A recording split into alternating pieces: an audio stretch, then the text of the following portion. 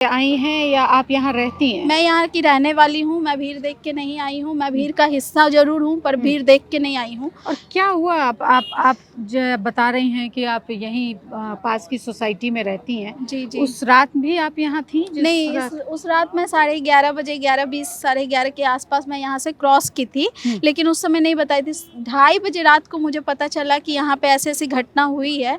तो एक्चुअली जो लोग मदद कर रहे थे, प्रशासन के पास ये भी नहीं था कि यहाँ पे रस्सी भी नहीं थी। हमारे किसी गार्ड ने, लेई ग्रैंड हाउस के गार्ड लोगों से मदद मांगी गई है आम जनता के द्वारा। वहाँ से रस्सी लाया गया और एक ज़ोमैटो डिलीवरी बॉय था, वो रस्सी लगा के इसमें कूदने को, और प्रशासन की ऐसी लापरवाही देखो कि वो जो लोग थे यहाँ पे मौजूद, जो प्रेशर बना रहे थे कि इनको मदद मिलनी चाहिए, उनको बोला जा रहा था क्या आप लोग तमाशा बना के रखे हुए हैं। तमाशा क्या बना के रखा है? तो जनता यहाँ पे तमाशा बनाने के लिए होती है क्या? जिनके घर से लोग जा रहे हैं या जिनके घर से जिस पिता के आंख के सामने बेटा चला गया, उस पर क्या बीत रही होगी ये वही जानता है। तो आप उनके पिता से मिली हैं? जी, मैं उनके पिता से मिली हूँ। एक्चुअली उनकी वाइफ का डेथ हो चुका था कोविड में, वो भी प्रशासन व्यवस्था के ही ढीले होने के कारण ही मौत हो चुकी थी। तो उनके घर में कोई नहीं था, तो वो इंसान के, लोगों के इतने भूखे आदमी थे ना कि लोगों के साथ बात करना, बैठ के, आज उनके पास बात करने के लिए उनका बेटा भी नहीं है उनके पास। तो सुना कि उनकी बेटी भी है एक जो कहीं बाहर रहती हैं। हाँ, वो ब्रिटेन में रहती हैं, उनकी एक बेटी है, लेकिन उनके पास अपनी बेटी है या वो कोई कज़िन है ये भी मुझे नहीं पता, ये मुझे नहीं पता है एक्चुअली। तो उनका एक बेटा था, ये मुझे पता है, गुड़गाँव में जॉब करता था, सॉफ्टवेयर इंजीनियर था, और वो वहीं पे रहता था। वो उस दिन फ्राइडे को इसलिए आ रहा था क्योंकि गुड़गाँव से रोज़ नहीं आता होगा, तो सैटरडे संडे आता था। सैटरडे संडे को छुट्टी होती है, तो वो फ्राइडे नाइट को आ रहा था, और वो अपने कई दोस्तों को ड्रॉप करके भी यहाँ पे पहुँचा है।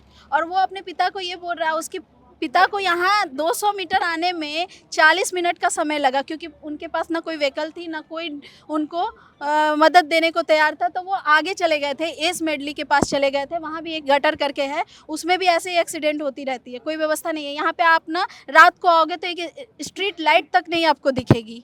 और आज देखिए इतने भीड़ लगे हुए हैं, आज मीडिया है, आप भी हैं और लोग भी हैं, मैं भी यहाँ पे मौजूद हूँ, लेकिन उस दिन रात को कोई नहीं था। वो बंदा, और इतनी फॉग थी ना कि वो दिख भी नहीं रहा था। उसके पिता ने बोला कि बेटा तुम कहाँ हो, अपनी एक लोकेशन अपना ये दे दो। तो उसने अपने ज़िंदगी के लिए इतना जूझ रहा था ना कि उसने अपना दिमाग लगाया और फ्लैश लाइट ऑन किया, और सोचिए वो सनरूफ से निकल के कितना उसने अपनी ज़िंदगी के लिए कोशिश किया होगा जीने के लिए। उतने ही देर में 2.5 घंटे का समय कम नहीं होता है किसी को बचाने के लिए, और बहुत ज़्यादा डिस्टेंस नहीं है, बहुत ज़्यादा दूर वो नहीं गया हुआ था। और आज देखिए यहाँ पे गाड़ी निकलने में भी लगभग 100 घंटे का समय हो चुका है, 4 दिन बीत चुका है। आज इतने लोग हैं, इतना प्रेशर है, सीईओ को सस्पेंड कर दिया गया, इतना प्रेशर है, तब यहाँ पे इतना टाइम लग रहा है। तो सोच सकते हैं कि उस दिन किसी का जान जा रहा होगा और प्रशासन व्यवस्था कैसी होगी। आज तो बहुत सारी पुलिस भी दिख रही है और आज तो बहुत दबाव है, बहुत दबाव है। बैरिकेडिंग भी। ये यहाँ बैरिकेडिंग, यहाँ कुछ भी नहीं था, कुछ भी नहीं था। और ये जो आप यहाँ प्लेन रोड दिख रहे हो ना, घास फूस थी, यहाँ पे खड़े होने लायक नहीं था, वहाँ कुछ भी नहीं दिख रहा था। और ये यूं ही पड़ा हुआ था, इनसे भी बात करते हैं, ये भी लगता है मुझे बहुत देर से।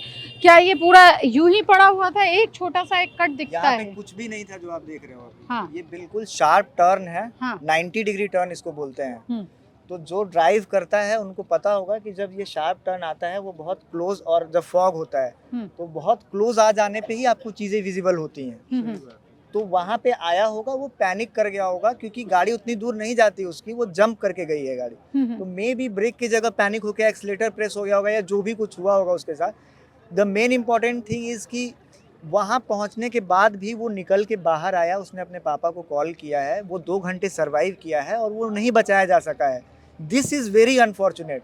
तो इसके लिए जो लोग भी जिम्मेदार हैं, हम लोग, मतलब हमारी विनती है, जो भी है ऊपर वाले, जो भी सरकार है या जो भी अथॉरिटी है, कि उनके खिलाफ सख्त कार्रवाई हो और ऐसी घटना दोबारा ना घटे। वो तो जिसको जाना था वो चला गया, लेकिन ये एक तरह से लोगों को सीख भी। एक और चीज़ मैं अर्ज करना चाहूँगा, जो लोग भी ड्राइविंग करते हैं फॉग में, उनको अपने घर का रास्ता पता भी हो फिर भी उनको जीपीएस यूज़ करना चाहिए, क्योंकि जीपीएस से एक चीज़ पता चल जाती है कि आपको यहाँ पे टर्न लेना ही लेना है जीपीएस में।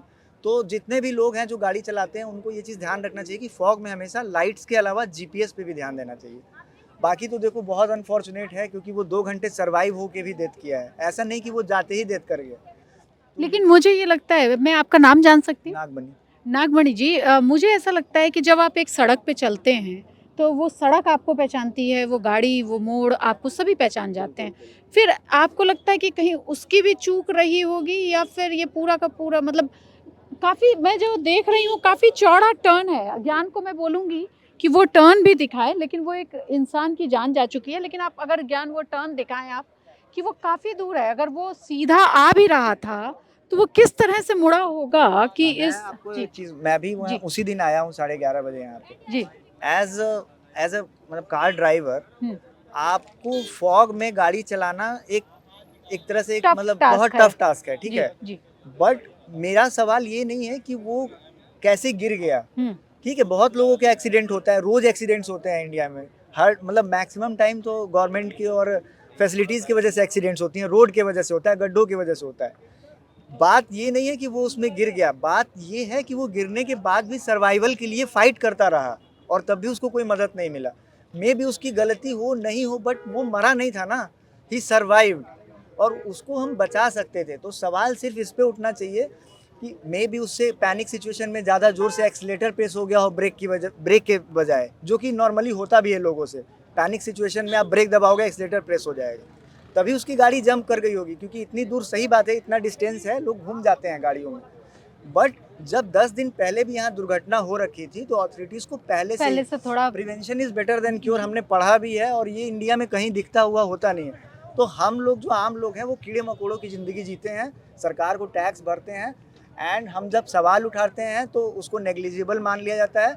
सरकार का काम है कि आप इस स्टेट में इलेक्शन जीतो, उस स्टेट में जाओ, वहाँ का इलेक्शन जीतो, वहाँ से वहाँ जाओ, बस इलेक्शन पे कंसंट्रेट करो, सारी सीट हमारी होनी चाहिए। और ये पागल लोग, हम जैसे लोग हैं जो वो मेहनत करके कमाते हैं, घर खरीदते हैं और इतने महंगे महंगे घर खरीद रहे हैं, महंगाई भी इन लोगों ने बढ़ाई है, और एक ज़िंदगी की अगर फाइट कोई मार रहा है वो उससे बच नहीं सकता है। बिल्कुल सही कहा। एक चौड़ी सड़क है, एक इंसान अपनी जान गंवा चुका है। भीड़ आप देख रहे हैं, ज्ञान से मैं कहूँगी कि वो अपनी चारों तरफ दिखाएं कि कितने ही लोग हैं। लेकिन अगर ये थोड़ी सी सावधानी उसी दिन बरत ली गई होती, या 10 दिन पहले जो ट्रक का एक्सीडेंट हुआ था उस दिन ही प्रशासन ने सीख ली होती, तो शायद ये एक जान जो चली गई वो ना गई होती। अभी हम उनके पिताजी के पास भी जा रहे हैं, उनसे भी बात करेंगे और जानेंगे कि उस दिन उसका फ़ोन कैसे आया था और उसने क्या कहा था उन्हें।